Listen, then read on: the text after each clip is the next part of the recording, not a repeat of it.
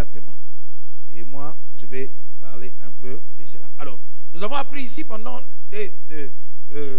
la semaine dernière, nous avons dit ceci, que si nous ne voulons pas être tièdes ou connaître les refroidissements, et si nous voulons ranimer les feux à nous, nous devons veiller sur 3 choses.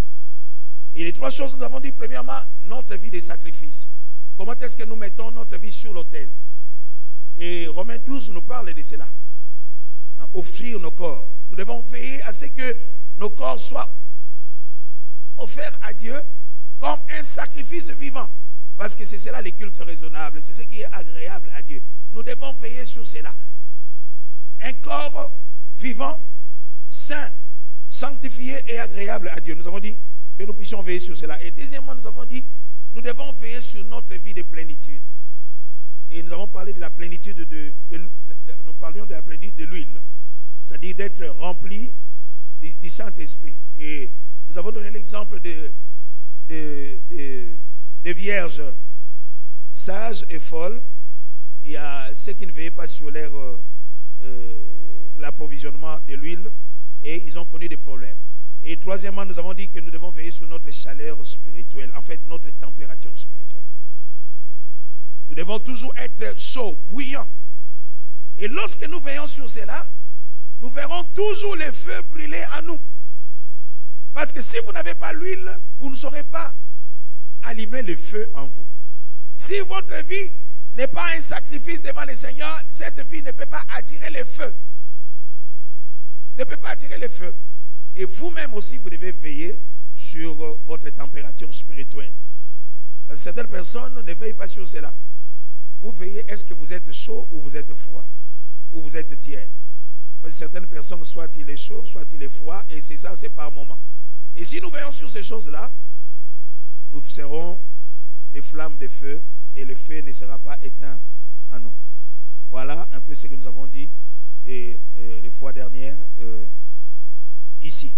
Alors aujourd'hui, je vais parler de ce deuxième point que j'ai dit ici, que nous avons donné la fois dernière, c'est la plénitude.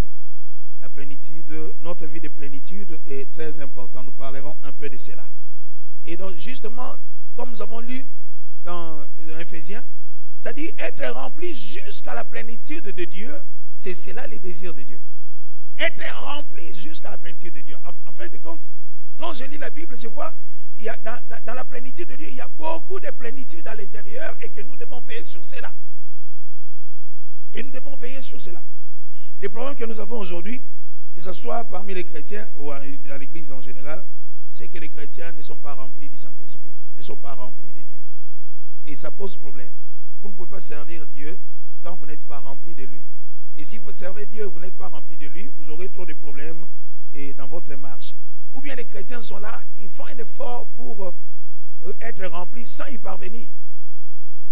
Sans y parvenir. Et depuis qu'ils sont comme dans Ézéchiel, nous allons lire cela comme dans Ézéchiel, la vision d'Ézéchiel 47, depuis qu'ils avaient été remplis jusqu'à la cheville, ils ne font plus un effort. Mais si vous êtes remplis jusqu'à la cheville, à un moment donné, vous allez utiliser votre provision, vous serez encore obligé de recommencer. C'est cela la pensée de la plénitude. Voilà. Si vous avez rempli votre lampe de l'huile, comme les vierges folles, mais vous allez utiliser ça par moment. Et quand vous aurez utilisé cela, vous serez obligé de chercher à vous approvisionner. Et si vous ne vous approvisionnez pas, vous aurez des problèmes parce que la lampe va s'éteindre. Voilà, c'est cela le problème avec la plénitude. Alors, beaucoup d'enfants de Dieu, ils sont comme cela. La plénitude, ça ne les regarde pas. L'essentiel qu'ils viennent à l'église, qu'ils sortent, ils ont chanté, ils ont prié, ils sont partis. Alors que lorsque nous venons, l'église, c'est un lieu où le Seigneur nous amène pour que nous puissions être encore remplis. Nous allons voir cela. Pour que nous soyons encore remplis. Que nous soyons encore remplis. C'est cela. Quand il n'y a pas la plénitude, bien aimé, l'ennemi peut s'infiltrer facilement. Et vous ne le verrez pas parce que vous, c'est par moment que vous êtes remplis. Quand il n'y a pas la plénitude, il y aura aussi un péché qui peut aussi se dissimuler dans votre vie, dans votre comportement. Vous ne le verrez pas. vous ne le préférez pas. Et quand il n'y a pas aussi la plénitude, sachez que la chair va à un moment donné ressurgir dans votre vie. Vous n'allez pas comprendre. Ce sont les œuvres de la chair que vous êtes en train d'accomplir. Pourquoi? Parce que la plénitude n'est pas là. Vous n'êtes pas plein de Dieu, vous n'êtes pas plein de l'Esprit de Dieu. Et vous n'aurez pas à entendre la voix de Dieu. C'est la chair qui va ressurgir à un moment donné. Alors bien aimé, la vie chrétienne est une vie de plénitude. Chaque étape de la vie chrétienne est une plénitude que nous devons rechercher à tout moment. Vous ne devez pas prier seulement pour maintenant, pour 10 jours, et à un moment donné vous reposer. Vous devez aller jusqu'à un point où, jusqu'à quel point? Jusqu'à un point où vous êtes rempli, même quand vous êtes fatigué. Moi j'ai appris, quand vous êtes fatigué dans la prière, c'est le bon moment pour qu'il faut que vous puissiez prier. Parce que c'est en ce moment-là que vous ne pouvez pas dire des prières mécaniques, des prières mémorisées. Ce sont des prières où vous dites au Seigneur, c'est que Seigneur, je suis fatigué. Est-ce que tu ne peux pas agir? Est-ce que tu ne peux pas intervenir? Et tu continues dans la prière. Voilà. Jean 2, nous voyons une histoire ici. C'est aussi une histoire, je parle de la plénitude. Marie, la mère de Jésus, parle à Jésus au sujet des manques que les gens de la fête avaient. Et Marie va vers un serviteur qui était là, il dit, allez là-bas, faites tout ce qu'il vous dira. Et la Bible dit ceci, Jésus leur a dit ceci, remplissez d'eau ces vases. Et ce qui m'intéresse ici, c'est que ces gens n'ont pas rempli une mesure, des mesures, parce que les vases qui étaient là, c'était des vases de 2 ou 3 mesures. Et la Bible dit ceci, qu'il est rempli jusqu'au bord. C'est-à-dire, ça pouvait se déverser même à côté. Ils ont fait de leur mieux pour faire cela. Le maître a demandé, remplissez ces vases. Il est rempli. Et la Bible dit, il y a un miracle qui s'est fait. L'eau s'est transformée en vin. Vous connaissez bien la suite. Ce que je vais dire ici, bien aimé, à partir de ce texte ici, je vais parler de 3 choses. Première chose, bien aimé, la plénitude, c'est être plein. Ce n'est pas une mesure. Tel que vous êtes là, Dieu attend que vous soyez vraiment rempli. Jusqu'au bord. Si vous pouvez même vous déverser, c'est cela. Être plein. Que vous soyez plein de lui. Que vous soyez plein de Dieu. Que vous soyez plein de l'Esprit. Que vous soyez plein de Jésus. Que vous soyez plein des choses de Dieu. La deuxième chose, bien aimé, c'est que la plénitude n'est pas une demi-mesure. Il faut comprendre cela. Ce n'est pas une demi-mesure. Ce n'est pas jusqu'à ce point ici, moi, ça me suffit. Non, ce n'est pas comme cela. C'est jusqu'au point où Dieu vous attend. Ce n'est pas jusqu'à ce point ici, bon, moi, j'ai prié, maintenant je m'arrête ici, c'est fini pour moi ici. Là, c'est pour les pasteurs. Jusqu'à ce niveau, c'est les pasteurs. Non. Dieu vous donne la capacité d'aller jusqu'au bout. Certainement, nous tous, nous n'avons pas la même capacité. Mais avec la capacité que Dieu vous a donnée, allez jusqu'au bord. Allez jusqu'au bord. Soyez remplis de Dieu jusqu'à ce niveau-là que Dieu vous a donné. Bien aimé, une demi-mesure, c'est bon pour la religion. Parce que ça, quand quelqu'un n'est pas rempli, finalement, et lorsqu'il va écouler ce qui était dans sa vase, et qu'il n'a pas, il va essayer encore de se remplir, et puis à un moment donné, il dépense cela, il va essayer encore, et puis il va se fatiguer. Quand il va se fatiguer, ça sera maintenant la religion qui va commencer. C'est-à-dire, il viendra à l'église comme il a l'habitude, il va prier comme il en a l'habitude, il va crier Amen comme il en a l'habitude. Mais au fond, ce n'est pas une personne qui est remplie. Et vous verrez, ça sera de la fumée parce que ça ne sera pas de la lumière qui va donner des étincelles. Non, non. Bien aimé, une demi-mesure, ça fait de nous des hommes religieux. Et c'est comme cela que ça fait naître en nous notre propre justice. Ça développe notre propre justice. Et le Seigneur n'aime pas cela. Dieu agit là où c'est plein. Quelqu'un dit Amen. C'est à partir de votre plénitude que Dieu va commencer à faire de grandes choses. C'est à partir de votre plénitude. C'est justement ce que Dieu attend. Dieu aimerait développer de grandes choses dans votre vie, mais votre patience n'est pas encore pleine. Votre maîtrise de soi n'est pas encore pleine. Alors, parce que ce n'est pas encore plein, à un moment donné, tu te fâches. Comme on ne s'y attend pas, bien aimé, Dieu ne sait rien faire avec toi dans ce coin-là. Et Dieu te présentera au monde, bien aimé, lorsque tu seras plein. Vous voyez, quand ces vases étaient pleins et que changer en vin, maintenant on dit amener ça au coordonnateur. Mais justement, c'est comme cela.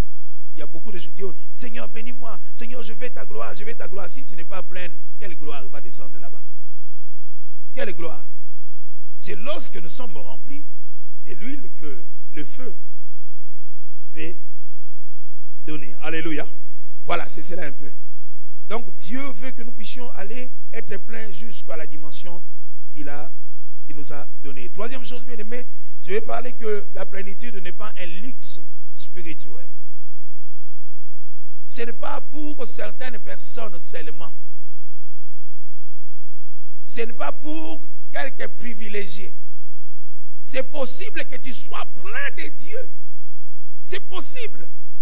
Ce n'est pas pour les serviteurs que tu vois à la télé, hein, que tu aimerais bien suivre à la télé et tu plébiscites leur nom à tous pour des chants. Bien aimé, toi aussi, même si tu ne passes pas à la télé, Dieu veut que tu sois pleine et que tu manifestes les choses de Dieu.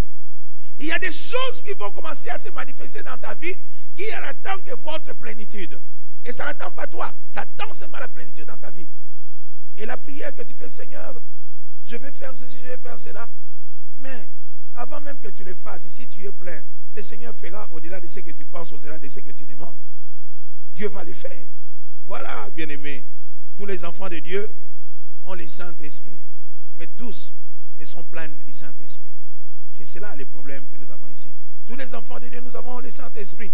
Mais tous ne recherchent pas la plénitude du Saint-Esprit et ça crée trop de problèmes. Certains pensent que non, c'est pour ceux qui sont des rares privilégiés. Pourtant, Dieu veut que nous soyons remplis. La Bible dit, ne vous enivrez pas du vin, c'est la débauche. Soyez au contraire remplis, remplis, remplis. Et ce que nous avons lu ici, c'est être rempli jusqu'à la plénitude de Dieu. Par conséquent, quand vous n'avez pas cette plénitude, votre vie chrétienne devient une vie médiocre. Alors, aux yeux de Dieu, la plénitude n'est pas un luxe, c'est une nécessité pour chaque enfant de Dieu. C'est vraiment nécessaire pour toi. Si tu veux vivre la vie chrétienne, vivre une vie d'exploit avec Dieu, tu dois veiller à la plénitude dans toute ta vie. Veiller à cette plénitude dans toute ta vie. Et autre chose, bien aimé, la plénitude, je l'ai déjà dit, c'est une exigence de Dieu. Dieu veut que tu sois rempli. Dieu a un souhait, c'est un programme qu'il a fait pour toi que tu sois rempli. Ne vous enivrez pas de vin. Sans la plénitude de Dieu, bien aimé, c'est possible que la débauche puisse rôder tout autour de toi. Sans la plénitude de Dieu, la débauche ne sera pas loin.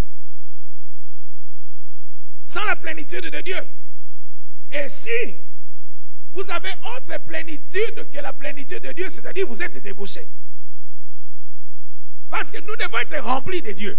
Mais si nous sommes remplis d'autres choses qui prennent notre vie, c'est-à-dire nous sommes débauchés selon le langage de la parole de Dieu. Parce que la Bible dit, ne soyez pas enivrés de vin, c'est de la débauche. Soyez au contraire remplis. Alors si tu es de l'autre côté là-bas, c'est de la débauche. C'est de la débauche. Alors, comme je disais, la vision d'Ézéchiel 47, la Bible parle d'Ézéchiel 47, 1 à 12. Vous allez voir là, la Bible parle que l'ange qui conduisait Ézéchiel lui a dit, compte 1000 coudées. Il a compté 1000 coudées et il a vu, je ne lis pas cela, c'est Ézéchiel 47, vous allez lire cela. 1000 coudées et il a vu, l'eau était jusqu'à la cheville. La plénitude a commencé à partir de là. Et puis, il a encore dit, compte encore 1000 coudées. C'est-à-dire qu'il devait marcher avec lui. C'est dans la marche que nous sommes remplis petit à petit. Si nous marchons avec le Seigneur. 1000 coudées, c'était jusqu'au genou. L'eau était jusqu'au genou. Alors il dit encore, allez, compte encore 1000 coudées. Marche, allez, 1000 coudées. L'eau était jusqu'au niveau de la hanche. Bien aimé, lorsque l'eau arrive au niveau de la hanche, c'est-à-dire cette eau a vraiment beaucoup monté, le Seigneur peut vous aider à être pleinement rempli. Ça dit, le Seigneur voit déjà que tu as fait un effort de compter 1000 coudées. C'est-à-dire, tu as marché avec lui pour la première fois. Et tu arrives, quand tu étais rempli, tu ne t'es pas arrêté. Tu as encore avancé. Et quand tu arrives là, ça dit, l'eau est au niveau des genoux. Tu ne t'es pas arrêté là. Tu as encore marché. Et quand c'était arrivé au niveau de la hanche, cet homme ne s'est pas arrêté. Ézéchiel, on lui a dit encore marche 1000 coudées. Et quand il a marché 1000 coudées, la Bible dit l'eau l'a submergé. Il ne pouvait plus marcher. Il a été pris en charge par cette eau. Il a commencé à nager. Parce qu'il nageait, parce qu'il avait pris le contrôle. C'est l'eau qui avait pris son contrôle. Quelqu'un dit Amen. C'est comme ça quand tu marches avec Dieu. Tu veux la plénitude, marche avec lui. Marche dans l'obéissance. Et quand tu marches, ne t'arrête pas. Peu importe les difficultés. Un moment arrivera. Tu fais beaucoup d'efforts aujourd'hui. Un moment arrivera, si tu continues dans la marche, Dieu va prendre l'affaire.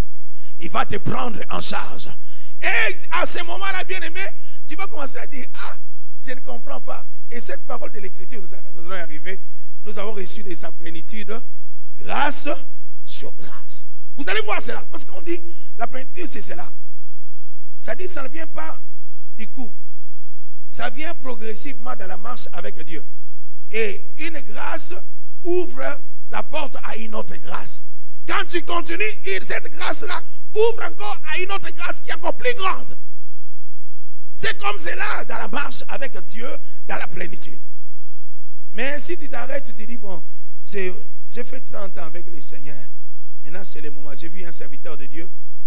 Il dit, j'ai fait 15 ans dans le ministère avec le Seigneur. J'ai tout donné, j'ai donné tout au Seigneur. Maintenant, après 15 ans, je vais construire ma maison. Je vais tout ça. Effectivement, après 15 ans, il a bâti sa maison, mais son ministère n'était plus le même. Il a connu des problèmes graves, jusqu'à faire même la paralysie. Parce qu'en ce moment, au lieu de laisser Dieu s'occuper de lui, il dit, bon, maintenant, je vais m'occuper de moi. Je me suis occupé de Dieu pendant 15 ans. Maintenant, je m'occupe de moi. Il n'a pas compris. Il devait se laisser que Dieu puisse le prendre et marcher avec lui. Alléluia. C'est comme cela. Dieu nous appelle, bien-aimés, à posséder, à nous approprier de toutes les plénitudes qu'il a mis à notre disposition. Parce qu'il y en a beaucoup. Mais tout cela, on appelle ça jusqu'à toute la plénitude de Dieu. Chaque pas nécessite une plénitude, bien-aimés. Tous les trésors, tous les bienfaits que Dieu a fait pour nous, nous devons nous approprier de cela. Il en a tellement en réserve pour nous, bien-aimés, et il veut que nous puissions tout posséder. Alléluia. Voyez son fils. Son fils, il était sur la terre. Jésus-Christ, le Fils de Dieu, notre Maître, il était sur la terre. Mais la Bible dit ceci. Dieu a voulu que toute la plénitude habitant en lui. Colossiens 1, 19, mais le même passage aussi est répété dans Colossiens 2, 9. La Bible dit ceci. En lui habite corporellement toute la plénitude de la divinité. Le maître que nous suivons, il était sur la terre, être humain. Mais sur la terre, avec un corps humain, il était plein de Dieu. Il était plein de Dieu parce que Dieu voulait qu'il soit plein de lui. Toute la plénitude de la divinité. Dieu a voulu que toute la plénitude de la divinité habite en lui. Mais la Bible dit aussi, à lui habite. J'aime bien quand on dit corporellement. Corporellement. En lui, Colossiens 2,9, en lui, car en lui habite corporellement. C'est-à-dire, si on voit, vous voyez Jésus, vous pouvez voir Dieu. Il pouvait dire à ses disciples, celui qui m'a vu a vu le Père. Mais bien aimé, c'est ces maîtres-là que nous sommes en train de suivre. Dieu veut, lorsqu'on te voit, qu'on parle comme on a dit aux disciples. On les a taxés des chrétiens. C'était comme une injure. Mais on pouvait voir. Oh. Mais ils sont des chrétiens. On pouvait voir parce que la vie de Jésus les avait tellement remplis. C'est cela la plénitude. Et si quelqu'un ne comprend pas, on va le faire prochainement, ne comprend pas. Dans le passage que nous avons lu dans Éphésiens, cette plénitude de Dieu est illustrée par l'amour que Dieu déverse en nous. Et que nous, en fait, nous devons déverser sur les autres. C'est cela. Je ne vais pas entrer dans cette dimension-là. Cet amour que Dieu a déversé sur nous. L'amour de Dieu en nous, ça nous remplit. Et nous pouvons aussi nous déverser dans les autres, comme Acte 5. La Bible dit ceci que l'amour que Dieu a versé, l'amour par son esprit, Dieu a versé l'amour dans notre cœur. Il a versé l'amour dans notre cœur. Voilà. Voilà.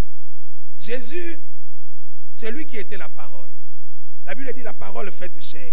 Alors, quand je lis avec vous dans Jean, chapitre 1er, 14 à 17, la Bible dit ceci. 14 à 17, Jean 1, 14 à 17. Et la parole a été faite chair, et elle a habité parmi nous, pleine de grâce. Est-ce que vous écoutez ça? Pleine de grâce et de vérité. Ça dit, il y a une plénitude de grâce, il y a une plénitude de vérité. Alléluia. Et nous avons contemplé sa gloire. Une gloire comme la gloire du Fils unique venu du Père. Et Jean lui a rendu ce témoignage, il s'est écrié, c'est celui dont j'ai dit, celui qui vient après moi m'a précédé, car il était avant moi.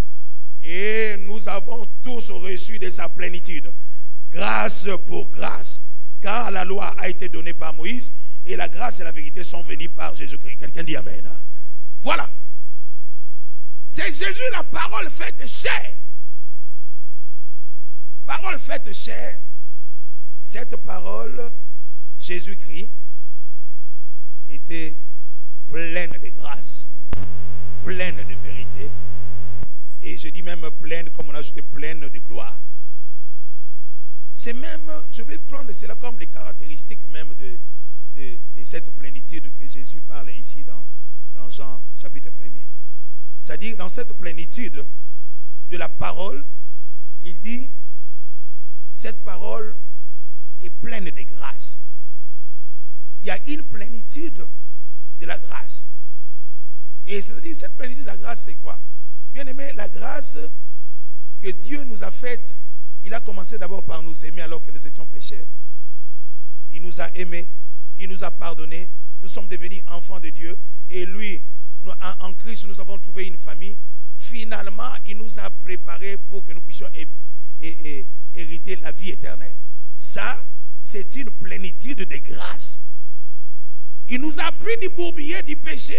C'est là qu'il nous a lavés et il a fait de nous héritiers de son royaume. Et finalement, il nous donne la vie éternelle pour qu'un jour nous puissions être là. Ça, c'est une grâce, faveur imméritée. Nous n'avons rien fait pour cela. Mais aussi, bien aimé, plénitude de vérité. Plénitude de vérité, bien aimé, c'est ce qu'il a fait en sorte que nous puissions connaître la vérité. Que nous puissions connaître l'unique et la véritable parole qui est en Christ. Le Christ comme étant le fondement, la fondation. La Bible dit dans Éphésiens 2:20, il dit en lui, que vous avez édifié sur le fondement des apôtres, des prophètes, et Jésus-Christ lui-même étant la pierre angulaire. Bien aimé, c'est cela la plénitude de la vérité. Nous sommes pleins. C'est-à-dire un enfant de Dieu, tel que vous êtes là, si vous êtes fondé sur Jésus-Christ, vous êtes plein de vérité et le Seigneur va s'occuper de vous. Alors, si vous avez reçu Jésus-Christ dans votre vie, mais vous avez pris, au lieu d'être fondé sur Jésus-Christ seul, vous avez ajouté le nom d'une personne, c'est-à-dire que vous êtes à côté. Si vous priez au nom d'une personne, à part Jésus-Christ, j'ai pris Jésus, intervient, mais au nom d'un tel, vous êtes à côté. Si vous avez fait de votre vie, au lieu que votre foi soit fondée sur Jésus-Christ seul, mais vous, à côté de cela, vous avez de l'huile, vous avez de l'eau, vous avez des sel, vous avez de tout ça, vous mettez à côté, vous avez votre assurance et tout autour de ces histoires-là, vous êtes à côté. Parce que la plénitude de la vérité nous pousse à nous fonder sur Jésus-Christ seul. Pas sur autre chose. Bien aimé, si vous mettez votre foi en Jésus-Christ, mais vous avez encore ces histoires à la maison, avant de dormir, vous appliquez cela, dans votre marche spirituelle, vous vous êtes déjà arrêté. Vous ne pouvez pas connaître beaucoup d'autres choses. Si une fois le Seigneur vous avait demandé d'appliquer de l'huile, ce n'était pas tous les jours. Votre foi ne doit pas être sur cela. Ne doit pas être sur l'eau, sur des bougies, ainsi de suite. La foi réclame à ce que nous puissions mettre notre espérance, notre confiance en Jésus seul. Non pas à un endroit, non pas à un homme, non pas à certaines choses, à certaines fantaisies de la vie. Non, en Jésus seul. C'est pourquoi lorsque nous recevons de Jésus-Christ la plénitude, il nous donne la plénitude de la vérité. Pour que nous puissions, vous savez, c'est une grâce que tu as. Vous savez, beaucoup de gens prient, mais qui se sont déjà arrêtés. Parce que s'ils n'ont pas vu les prophètes, leur vie est dans l'insécurité. Ils se sont arrêtés là. Ils se sont arrêtés là. Et Dieu les a laissés par. Mais c'est une grâce, soit tu demeures ici, on te prêche la parole de Dieu et on te dit de fonder ta foi en Jésus-Christ. C'est une grâce. Parce que dans certains coins, il y a beaucoup d'artifices et de fantaisies qu'on met tout autour de toi. Si ce ne sont pas des bracelets, ça sera peut-être des torches que tu vas commencer à porter. Si ce ne sont pas des torches, ça sera sur une montagne qu'il faut aller prier chaque vendredi. Voilà. Pleine de grâce, mais aussi pleine de gloire. Bien aimé, cette plénitude telle que Jésus est en train de parler ici, en fait, Jean est en train de parler ici, c'est une plénitude qui vient, c'est une plénitude de gloire, c'est-à-dire ça vient nous élever. Alléluia. Ça vient nous amener un peu plus haut. Nous ne restons pas dans un niveau très bas. Non, non, nous sommes enlevés. Cette plénitude vient nous valoriser. C'est ce que je veux dire. Ça vient nous valoriser. Cette plénitude de gloire, ça vient non pas seulement nous élever, nous valoriser, mais nous rendre utiles comme des fils de Dieu. Nous rendre utiles dans la maison de Dieu. C'est cela. Donc, celle que nous avons lu, pleine de gloire, pleine de grâce. Bien aimé, si la grâce est un cadeau que Dieu nous donne, retenez que la vérité est un fondement. Et la gloire est une destinée. J'ai pris les trois choses là. Si la vérité, si la grâce, parce que la plénitude est pleine de grâce, si la grâce est un cadeau que Dieu nous donne, sachez que la vérité est un fondement. C'est la fondation. Parce que les cadeaux, on peut vous les donner. Vous n'avez rien fait. Mais vous devez, la fondation, c'est vous qui le faites.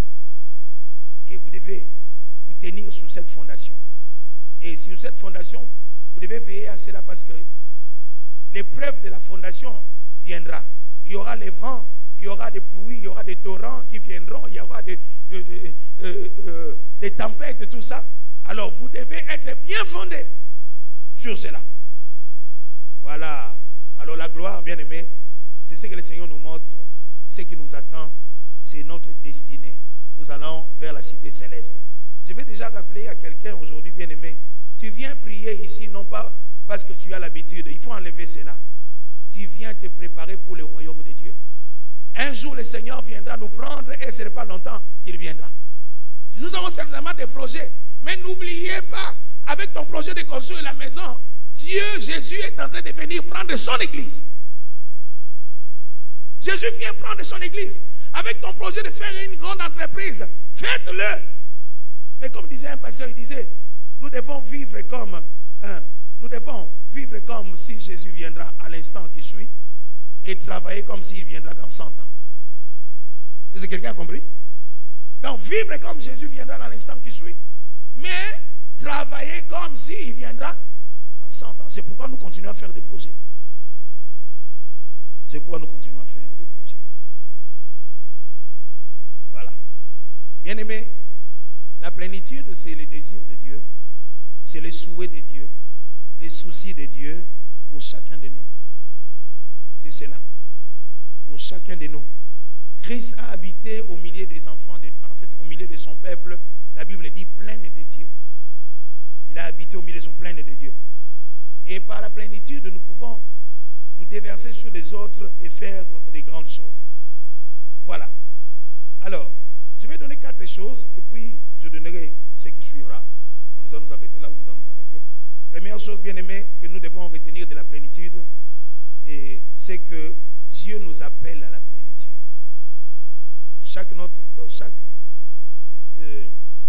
À chaque instant de notre vie, Dieu veut que nous soyons remplis.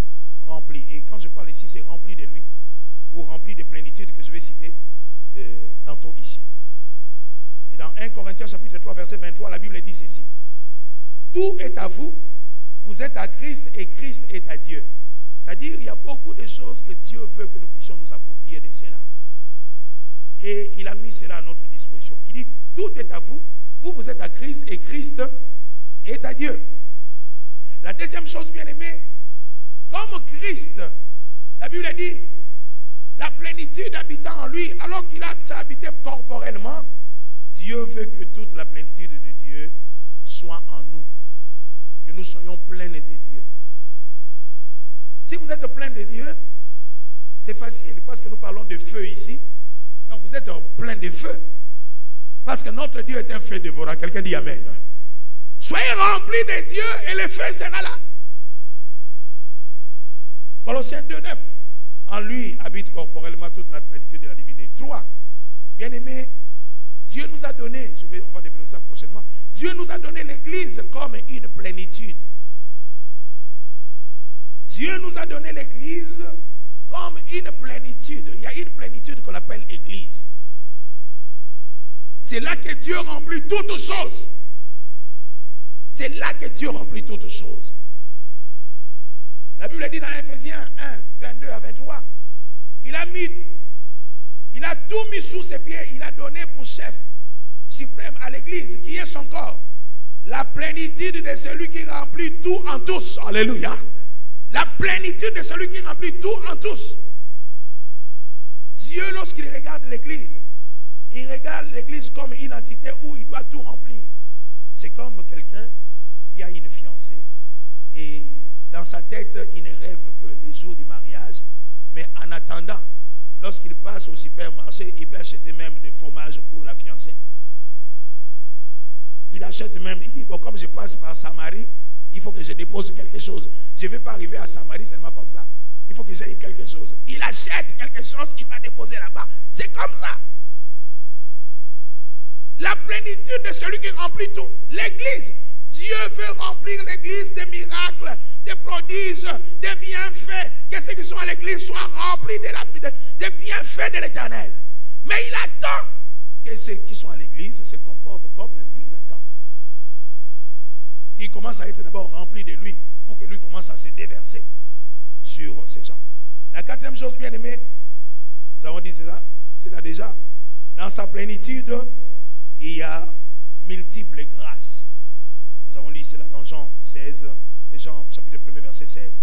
Et nous avons tous reçu de sa plénitude grâce sur grâce.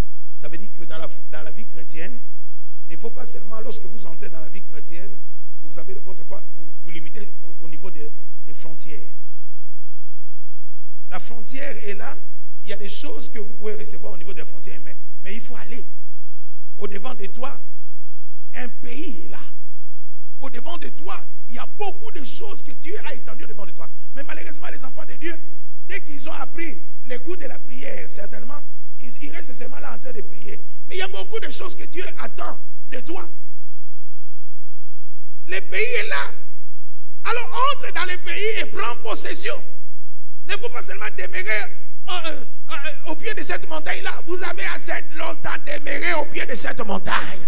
Levez-vous et commencez à entrer et prendre possession des grâces que Dieu a mis à votre disposition. Maintenant, c'est cela. C'est ce que Dieu attend lorsque nous parlons de la plénitude. Grâce sur grâce. Il y a des choses que tu n'as pas encore expérimentées. C'est que l'œil n'a point vu, l'oreille n'a point entendu, qui ne sont pas encore montées dans le cœur de l'homme. Dieu veut les donner à ses bien-aimés. C'est ce que la Bible dit. Il les donne à ceux qui sont pleins du Saint-Esprit. Voilà. Dieu veut que nous expérimentions cette plénitude. Alors, je vais vous donner quelques réponses parce que nous n'avons plus assez beaucoup de temps. Je vais commencer un peu en retard ici. Bien-aimés, alors Dieu nous recommande certaines plénitudes, nous devons veiller sur cela. Écrivez cela. Première chose, bien-aimés, nous avons lu cela, la plénitude de Dieu. Être rempli de Dieu. Être rempli de Dieu, c'est comme tu entends là. Être rempli de Dieu. Si je commence à expliquer, j'ai expliqué beaucoup de choses que je dis ici, c'est tout ça. Être rempli de Dieu. Laissez Dieu prendre chaque partie de votre corps. Laissez-vous comme un sacrifice devant le Seigneur. Dépouillez-vous pour remplir votre vie de Dieu. Repouillez-vous pour remplir votre vie de Dieu. Colossiens 2:9, nous avons lu cela. Deuxième chose, bien aimé, je suis en train de parler en même temps, je vous recommande des plénitudes, mais ce sont des plénitudes qui existent dans la Bible. Deuxièmement, ce sont bien aimés, ce sont la plénitude du Saint-Esprit. Éphésiens 5:18. Cette plénitude existe. Et Dieu veut, et nous en parlons de cela chaque fois, que nous soyons pleins du Saint-Esprit. Nous parlons de cela. Et c'est la plénitude, c'est même la plénitude la mieux connue, mieux prêchée, hein, et tout le temps prêchée ici. Troisième bien-aimé, c'est la plénitude de Christ. La plénitude de Christ, bien-aimé. Romains chapitre 13, verset 14. La Bible dit ceci: revêtez-vous du Seigneur Jésus. Alléluia. Revêtez-vous du Seigneur Jésus et n'ayez point soin de la chair. Soyez pleins de Jésus. Prenez Jésus comme un vêtement. Lorsqu'on parle du revêtement spirituel, commencez d'abord à prendre Jésus comme un vêtement. Ça dit tout ce qu'il y a de Jésus, moi je les copie, je prends cela sur moi. Alors comme je ne peux pas les prendre avec ma propre force, j'ai besoin du Saint-Esprit pour m'aider. Alléluia. Pour que je produise les fruits de l'Esprit. Il n'y a pas seulement la plénitude, bien aimé. Il y a aussi la plénitude de la parole. Il faut veiller sur cela. La plénitude de la parole, bien aimé. Colossiens 3:16 dit ceci: que la parole de Christ habite parmi vous abondamment. Soyez pleins de la parole. Vous savez, vous avez des problèmes parce que vous ne lisez jamais la Bible. Vous venez ici, vous écoutez, mais vous ne lisez jamais.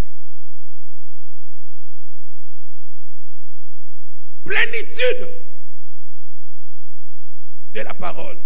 Et comme nous avons dit dans Jean 1:16, de sa plénitude, la parole, de sa plénitude, nous avons reçu grâce sur grâce. Bien aimé, le point suivant, bien aimé, la plénitude de foi. La plénitude de foi. Hébreux 10:22. La plénitude de foi. C'est très important.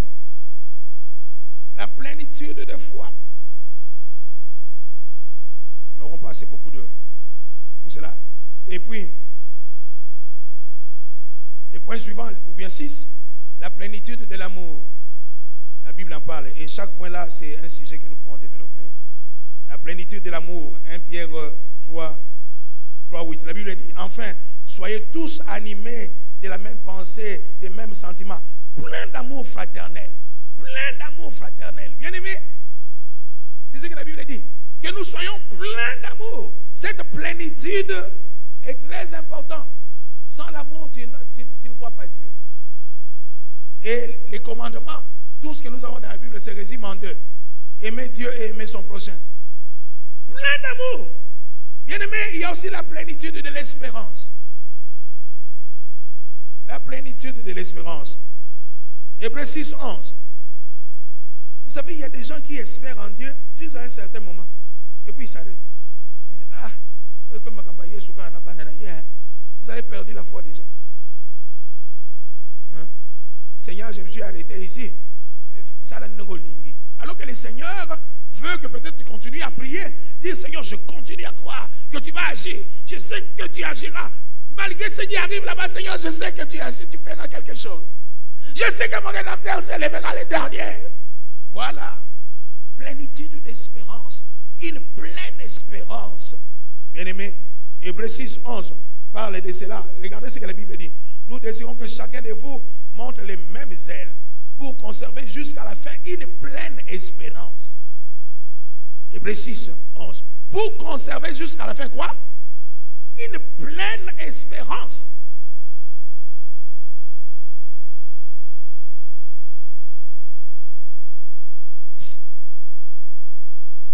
J'ai beaucoup de plénitude que je vais vous donner ici. Mais on va continuer avec cela prochainement. Mais il y a une plénitude qui me tient à cœur. Il y en a deux qui me tient à cœur. La plénitude de la récompense et notre plénitude d'entrer dans le royaume des cieux. Lisez avec moi les deux passages là de 2 Jean 8 et puis 1 Pierre 1, 11. Et je vais m'arrêter là, je vais bien lire cela. Parce que au-delà de toute plénitude, cette plénitude-là me semble très importante. Comme on disait, vous combattez les bons combats tout en gardant la foi. C'est comme cela. 2 Jean 1, 8 dit ceci: prenez garde à vous-même, afin que vous ne perdez pas les fruits de votre travail, mais que vous receviez une pleine récompense. Une pleine récompense. Beaucoup de gens perdent leur récompense en étant sur la terre. Soit en voulant se montrer à tout le monde que Dieu est en train d'agir seulement avec eux. En passant à la télé, même d'ailleurs les gens qui passent à la télé, peut-être sont moindres. Il y a des gens qui ne passent même pas à la télé, mais ils sont dans les églises en train de montrer à tout le monde Dieu n'agit que par eux, ne passe que par eux, il ne peut pas passer par une autre personne. Lorsqu'il fait quelque chose, il veut que tout le monde sache que Dieu agit avec eux. Vous perdez votre récompense. Et si vous ne faites pas attention, vous risquez de perdre votre vie éternelle. La Bible dit, prenez garde afin que vous ne perdiez pas les fruits de votre travail. Certainement, vous avez travaillé avec Dieu. Mais il y a des choses qui font en sorte que vous puissiez perdre cela. Vous étiez là, dans la maison du Seigneur. Vous apprenez. Mais à cause de mauvais comportement, peut-être d'un de tes frères, il dit, non, il y a l'église l'église en côté. Ah, c'est lui qui t'a amené à l'église. Non, ça me l'a dit. Et tu perds ta foi à cause de lui. Et pourquoi tu ne peux pas supporter l'autre? C'est le fruit de l'esprit, non? Pourquoi tu ne peux pas supporter l'autre? Pourquoi tu ne peux pas accepter que ça t'arrive? Jésus a connu pire que ça. Voilà. 1 Pierre, 2 Pierre plutôt, je disais. 2 Pierre 1, 11. La Bible dit ceci: c'est ainsi que l'entrée dans le royaume éternel de notre Seigneur et Sauveur Jésus-Christ vous sera pleinement accordée. C'est ainsi que l'entrée dans le royaume éternel de notre Seigneur Jésus-Christ vous sera pleinement accordée. Mais pourquoi il dit c'est ainsi quoi? Qu'est-ce qu'il y a? Bien aimé, dans 2 Pierre, vous connaissez cela. Dans 2 Pierre, vous connaissez ce qui l'apôtre Paul disait. L'apôtre Paul Pierre disait ceci. Il disait, à cause de cela même, faites tous vos efforts pour faire joindre à votre foi la vertu. À la vertu, la connaissance. À la connaissance, la maîtrise de soi. À la maîtrise de soi, la patience. À la patience, la piété. Et à la piété, l'amour fraternel. À l'amour fraternel, l'amour fraternel, la charité. Car si ces choses sont en vous, et ils sont avec abondance, elles ne vous laisseront pas oisifs ni stériles pour la connaissance de notre Seigneur Jésus-Christ. Mais celui à qui ces choses ne sont point, et il est aveugle, il ne voit pas loin, il a mis en oubli la purification de ses anciens péchés. C'est ainsi, frères, appliquez-vous d'autant plus à affermir votre vocation et votre élection, car en faisant cela, vous ne broncherez jamais. C'est ainsi que l'entrée dans le royaume éternel de notre Seigneur Jésus-Christ vous sera pleinement accordée. Voilà. Je m'arrête là. Je m'arrête là seulement pour vous dire, regardez. Vous ne devez pas, dans votre vie, avoir des demi-mesures pour servir le Seigneur. Vous devez aller jusqu'au bout. Le Seigneur ne vous a pas dit encore de vous arrêter dans votre patience. Continuez à patienter. La patience est mingi. Et si cette fois-ci, c'est fini. Non. Continue parce que le Seigneur veut aiguiser ta patience, ta maîtrise de soi. Ce fruit de l'esprit, le Seigneur aimerait aiguiser cela. Ça te servira. Pas seulement aujourd'hui, peut-être plus tard.